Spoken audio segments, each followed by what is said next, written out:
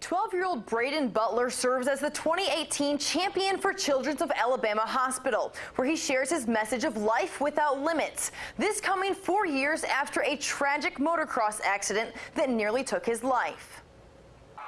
For many, a fall Saturday in Alabama is spent at a stadium.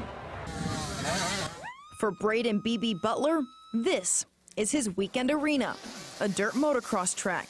What was the morning of October 18th, 2014 like for you? It was a normal day, honestly. We were in the trailer. There was a picture of me and my friends just sitting on the back of the trailer, talking, hanging out. Dad and son day on the track training, critiquing, barking at each other, kind of. I've been doing this for 2 years. I mean, every weekend consisted of this. But that autumn afternoon was nothing like the previous 2 years for the Butler family. We decided we were going to go dress shopping, and they were only going to do one more lap, not a big deal. He nodded at me and he took off. I'm coming into a corner, I brake well, I have good control, and I go to hit the double. And it was probably a couple seconds before he hit the ground. I knew something was wrong. I knew it was going to be bad. 911, what's your emergency? No one knows exactly what went wrong, but 8-year-old Braden Butler was sent spiraling over his handlebars, landing on his head. When you're rushing towards his body, what are you thinking? I thought he was dead. What do you remember? Nothing. Absolutely nothing. The latest thing I remembered was a little bit of being in the helicopter. During a 45-minute flight to Children's of Alabama, Christy Butler sat helpless inside the tight-spaced helicopter overlooking her son's seizing body. Who am I to take this precious soul away from this world? Because he has so much to offer. BB suffered brain hemorrhage with stroke-like symptoms. Dr. Lala Mendoza was among the first physicians to provide care. He had significant bleeding over the right side of his brain. As the Butler family prepared for life with a child bound to a wheelchair, Braden set his sights on recovery. Not many kids at, the first week after the accident will tolerate 3 hours of therapy, but he was powering on.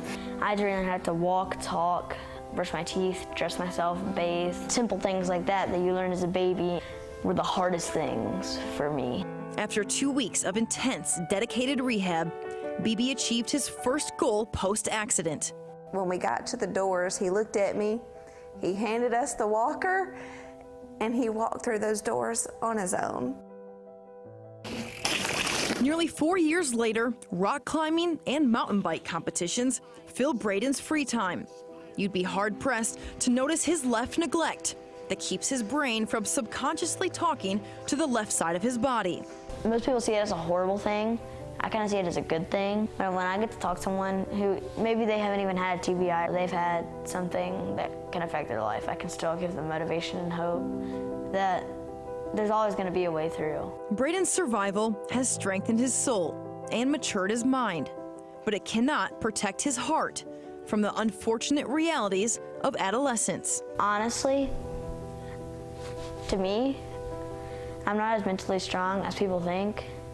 I struggle with a lot of things that people don't know.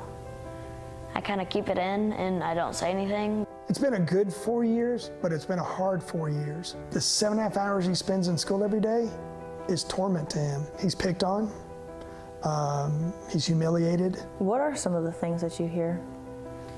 I'm not going to say some of them on camera, and most of them I can't say.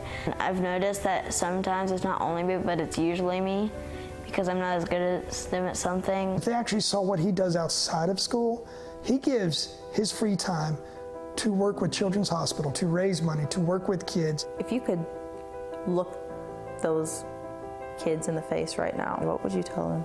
I'm going to tell them, you're lucky it was me this time, because if you did it to most other kids, they would be going home, crying, figure out a better way. I'm not going to yell at you, I'm not going to scream at you.